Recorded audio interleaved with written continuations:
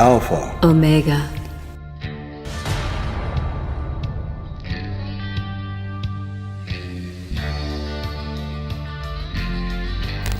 Mark says, I studied Qigong, Feng Shui, and Chinese herbs. I bought the Golden Dawn book a few weeks ago, and it is huge. What would be a good place to start since I'm trying to cram all these studies and work at a full-time job? Okay, that's really easy in your case, Mark. Okay. Okay, you say you study Qigong, Feng Shui, and Chinese herbs. Do you practice Qigong? Because Qigong will serve you in very good stead in your magical practice. Qigong and Feng Shui come from ancient Taoism in China. In fact, the Taoist tradition, the ancient Taoist tradition, has some very interesting similarities with the Western Hermetic tradition. The most important difference being ours has not been persecuted the way the Taoist tradition has been persecuted in China. These days, belonging to Falun Gong or having to do with the, working with the Qi energy can land you in prison in China. Yes. Whereas here in the West, no. So we've been very, very fortunate in that magic is not forbidden, and working with the Lux energy, the God Force energy, is not forbidden here. We're really, really very lucky.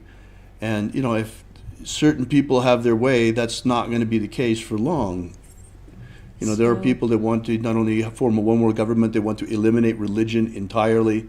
And of course, all knowledge of the Lux, all knowledge of what they call Qi or Lux in China, all knowledge of Kundalini, this will all, of course, be repressed if we ever allow worldwide repressive regime to get into power. Yes. So let's hope that doesn't happen. So Mark, I hope that answers your question. Okay, no, it didn't yet. Let's see. The most important thing you should do is continue your Qigong practice. What else you should do on the Golden Dawn side is add in your Golden Dawn practice. And what you should specifically do in the beginning is Kabbalistic cross, lesser banishing ritual of the pentagram. Those two go together.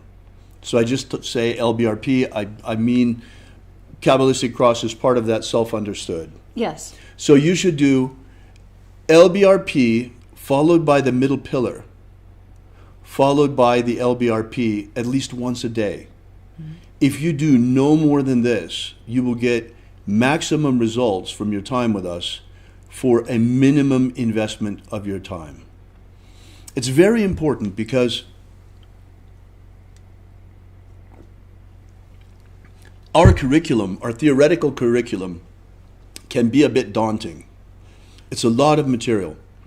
But don't worry about that. You can digest it in little bites. It took me years, and it will probably take you years too. But there's no problem with that. The most important thing, however, is your practice.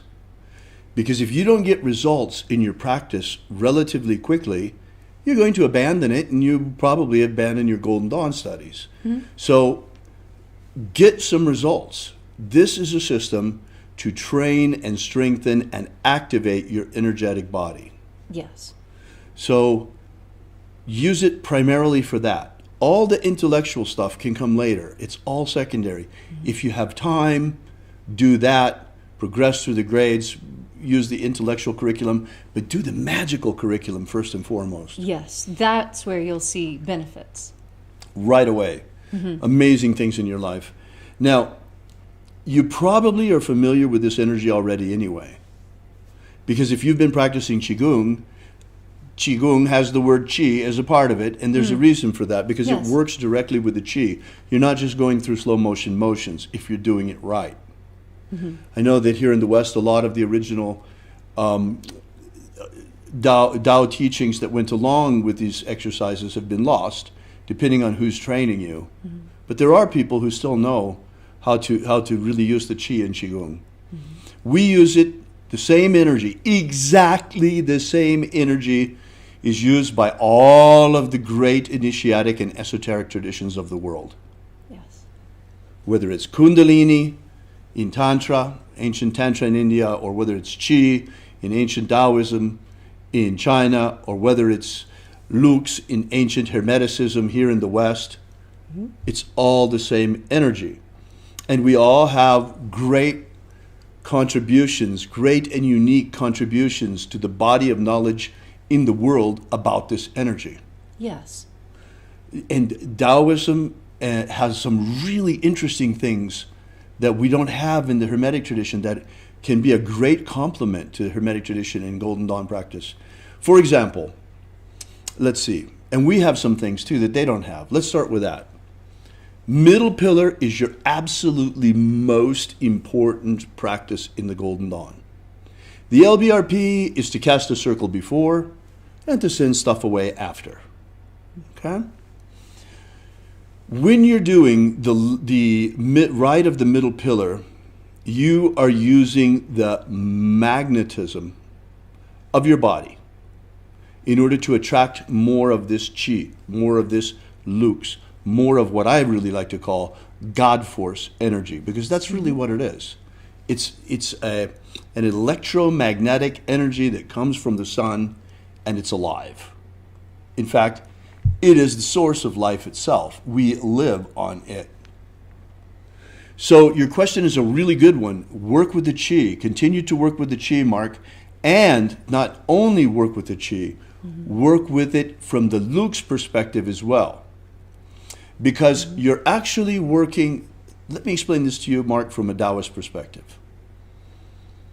When you're doing Qigong, you're active, you're moving, physical movement. It's like the LBRP. This is represented by yin energy in the Taoist conception of yin and yang. Yin energy is energy at rest. Yang energy is energy at motion. So you see, we're working with this energy at rest during the right of the middle pillar.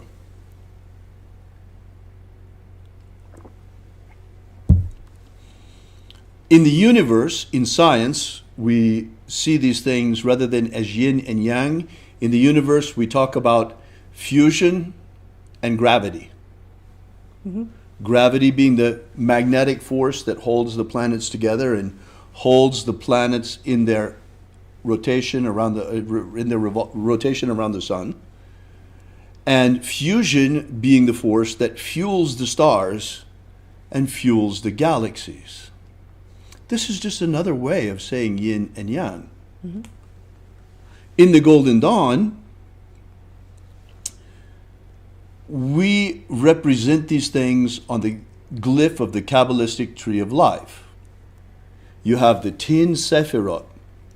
Think of the Sephirot, for convenience sakes, as cups, containers of energy, like this glass. You know, this is like a Sephirah, and the energy inside is the Lux.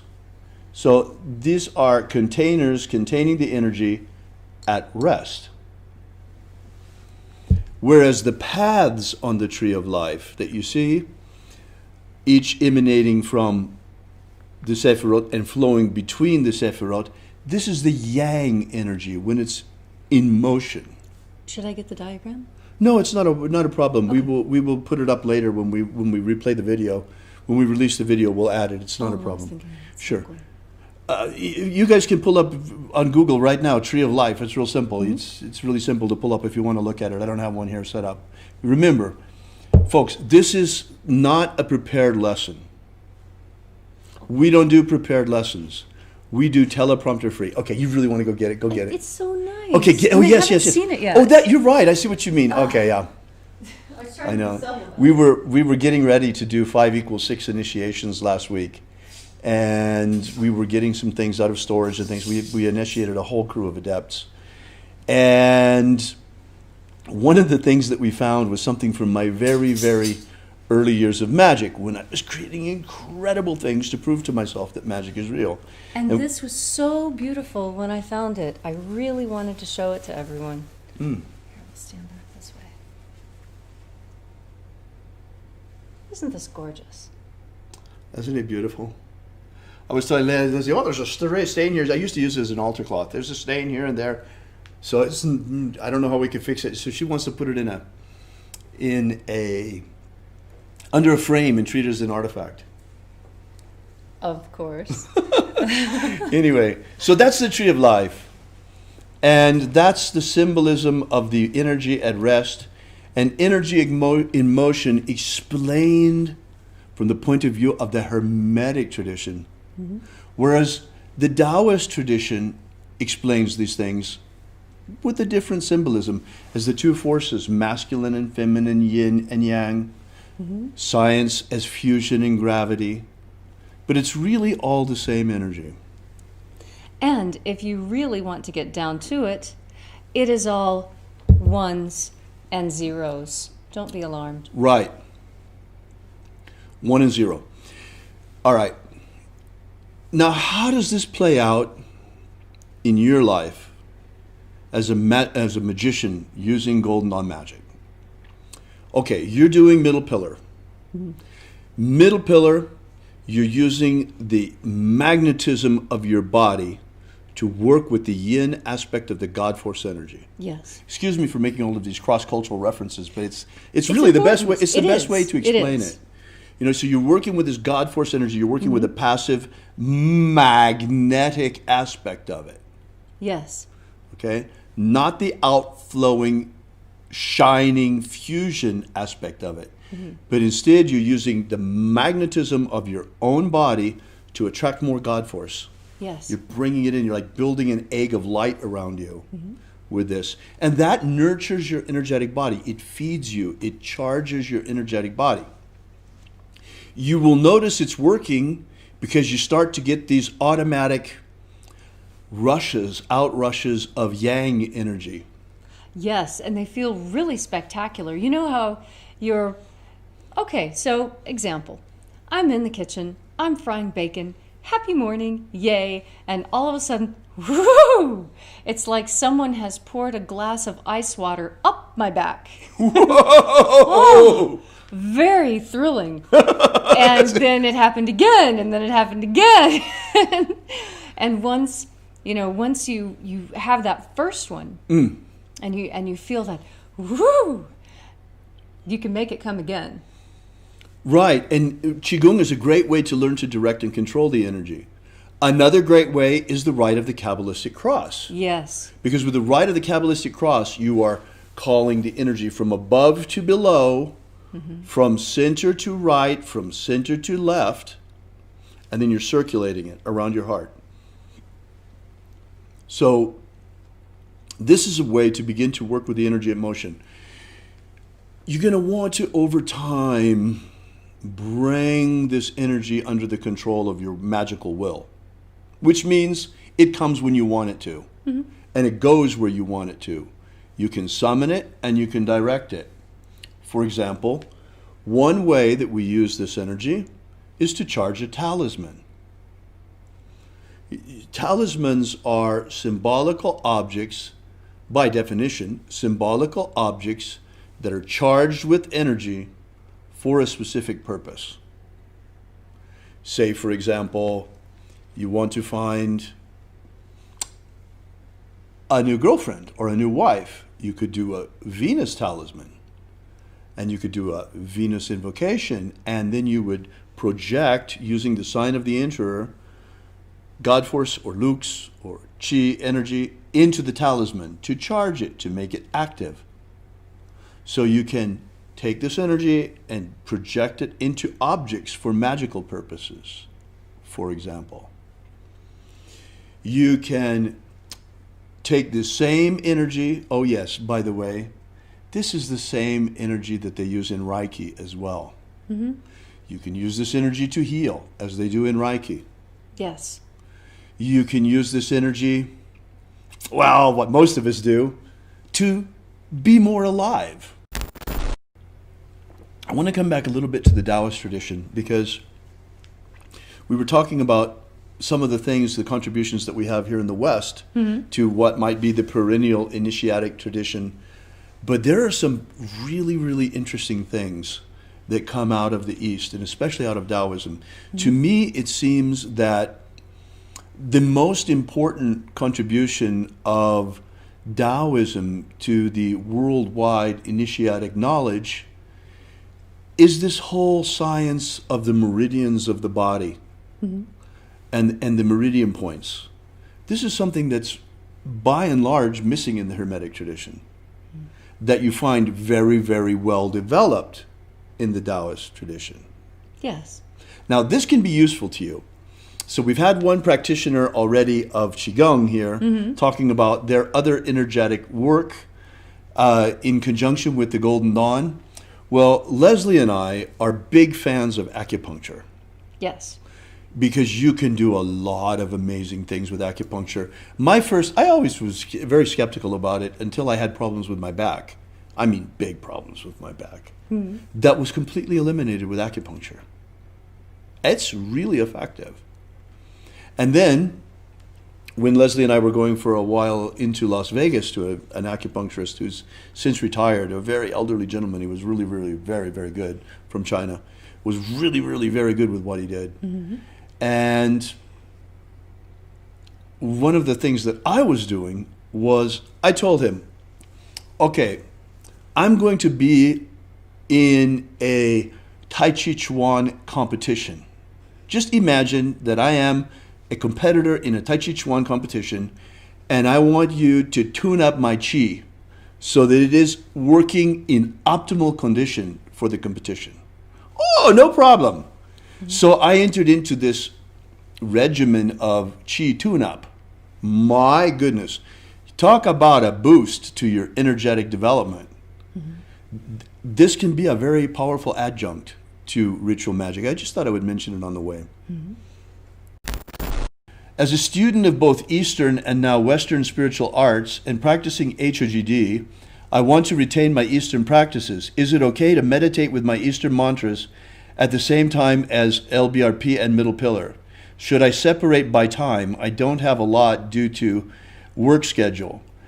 Is it advisable to practice japa, repetition of the mantra, all day long as I normally would have? How does one reconcile East-West practices into one?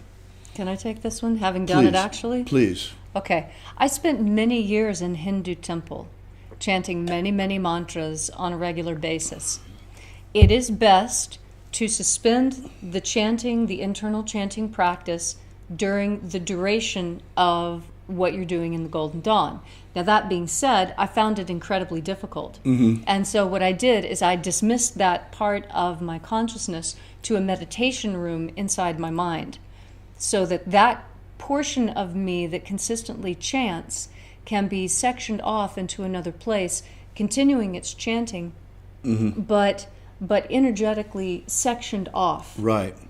Because I understand if you've had a mantra practice for a long time, right, it's really hard to shut it off. Right. It really is. And some people think this is a problem. You know, the earworm. People who get earworms. Okay, a mantra is an earworm of your own choosing. The Om Mani Padme Hum earworm is beautiful to have, and it can actually overwrite other earworms you may have. But earworm is exactly equivalent to mantra practice, and so treat it the same way. If you can't shut it out any other way, put it in its own room.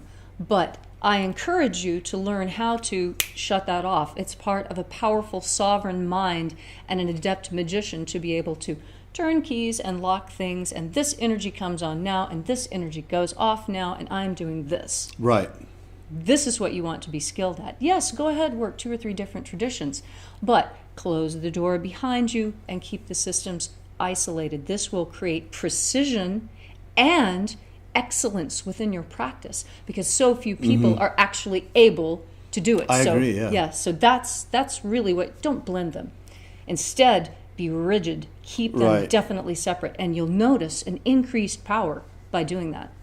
Very good. Thank you, Leslie. That's very similar to what I wanted to say. I was going to suggest that you keep them separated one way or another. This is a much better way that you suggested. I was going to suggest, yes, in time, devote a certain amount of time to your Eastern practices and a certain amount of time to your Western practices. Yes. Keep them, but do keep them separate. Do not make the big yellow cheese glob out of it. Like Right. like somebody's trying to say they're trying to create a world religion now called Chrislam. Right. Oh. You don't and- want to be part of the yellow cheese glob. Right. And do you know what the favorite dish is? What?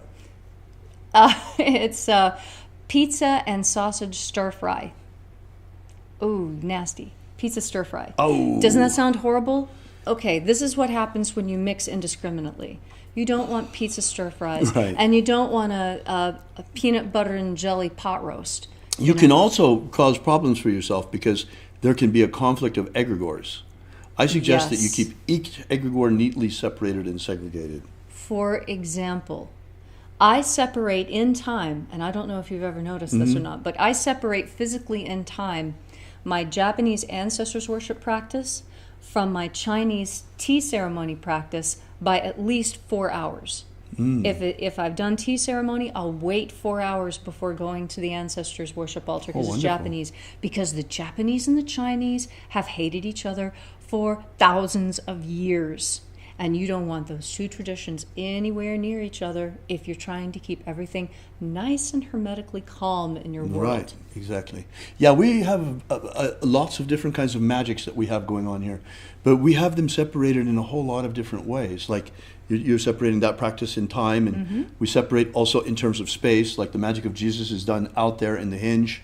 Golden Dawn magic, by and large, is done in the Golden Dawn temple. Right, we have a specific place where shamanistic work is carried out. Yes, it's So- very carefully compartmentalized here. Compartmentalized. So, Mark, you're going to need to, yes, you can do that, no problem. But keeping it compartmentalized could be a problem. Now, there is another thing, and that is diet. Eastern practices frequently require vegetarianism. Right. That doesn't really work for Western people. We here in the West, we try to keep our caloric intake so that we're balancing for the seasons with more really rich foods in the winter and more Wet and crispy. yeah in the summertime. So this may be difficult for you to reconcile this different philosophy of nutrition here in the West with Hermetic practice with your Eastern practice. And remember something. If you're practicing an Eastern practice, you're always a Westerner. First and foremost. That's why I always try to tell people, look, the advantage to working with the Golden Dawn is if you're from the West, this is your own psychic system. You're predisposed to understand Right. it. It's your symbolical language of this truth. And trying to rob foreign temples, for lack of a better word, is Right. never a good idea. Right. So it's better if you can work within the egregore of your own culture and preserve these traditions and work these traditions.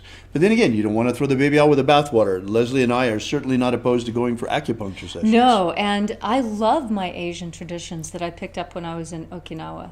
And I would encourage you, Mark, to look at Okinawan dietary habits if you're trying to reconcile Eastern and Western practice. Because what I liked best about living in Okinawa, do you know what they eat the most of? What? Greens and fried pork. Except they Wow. put it on rice instead of fried potatoes. Oh, my It was an goodness. easy switch. Oh, wow. But tell them what they told you in the Hindu temple about your adventure in vegetarianism. Right. My guru, he was very good to me, Guru Paranjotiyar. And he said, he came up to me one day and he said, "You are not looking well." And I said, "Well, you know, I'm feeling a little weak. I've never been vegetarian quite so long." His eyes got as wide as saucers. He says, "Why are you eating a vegetarian diet?" Then my eyes got wide, like, "But I thought it was supposed to be." And he said, "You're a Westerner. This is going to make you sick. It's already making you sick, isn't it?" I was like, "Well, yeah." And he says, "And you crave meat?" I said, "Yes." And he says, "Well, that is your nature. You should eat meat. Do not do this vegetarian thing. You simply weren't born lucky enough to be able to handle a vegetarian diet. And so you'll have to wait till another incarnation. Oh, That's wow. all right. Go ahead and eat meat now. It will be fine." Well, And that's so- one way of looking at it. And so it was kind of a thing. But in fact, he was being honest with me. And he was telling me something that nobody else really had the nerve to. And he was saying, "Hey, you, Western lady, What are you doing in our temple? You're not one of us. Try again next time, but for now, you are not in the kind of body that can handle a vegetarian diet. So please, do not hurt yourself. Wow. And that's how I continued.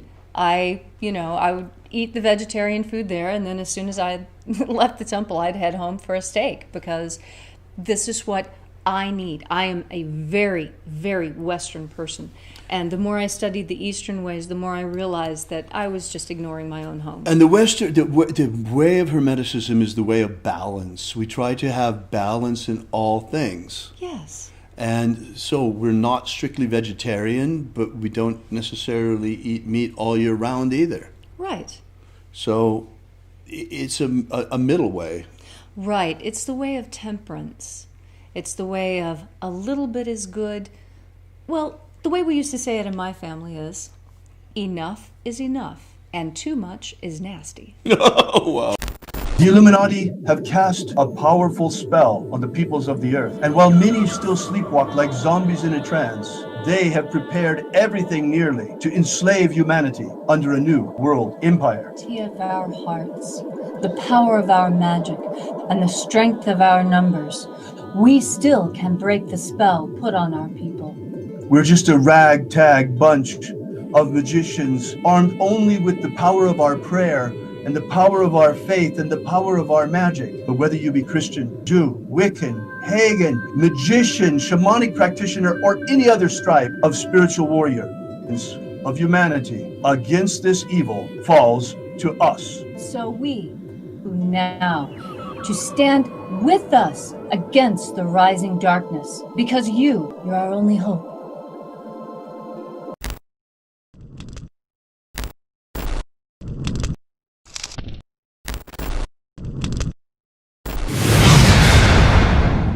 Have you ever wanted to gain real magical abilities so you can become the master of your destiny? Do you wish you could get the ancient secret key for free so you can build the life of your dreams? If you've wanted more out of life, to become all that you can be, physically, romantically, financially, spiritually, then you need to take action and get this right now. That's right, and for free, but it won't be available for much longer. So go right now to thescienceofmiracles.com and get started. Achieve the prosperous life you want for yourself. Gain ultimate life mastery.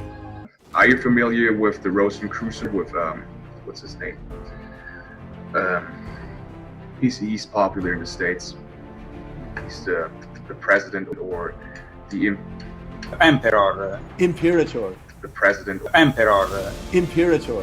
From the Golden Dawn. What's his name? Oh. David Griffin holds this position as Emperor. Imperator. David Griffin. David Griffin. David Griffin. David Griffin. David Griffin. Have David Griffin. I saw an email yesterday that he sent out about, there's a magical war going on. The Mage War. Demons of the infernal realm. I'm all of them. There is really a magical war going on. The Mage War. There is a guy called David Griffin who is heading all these magicians. David Griffin is S.L. McGregor Mather's present successor. David Griffin. David Griffin. David Griffin. David Griffin. I'm Golden Dawn Imperator David Griffin. David Griffin. David Griffin. David Griffin. David Griffin. Now David Griffin. There's a magical war going on. So there is really a magical war going on.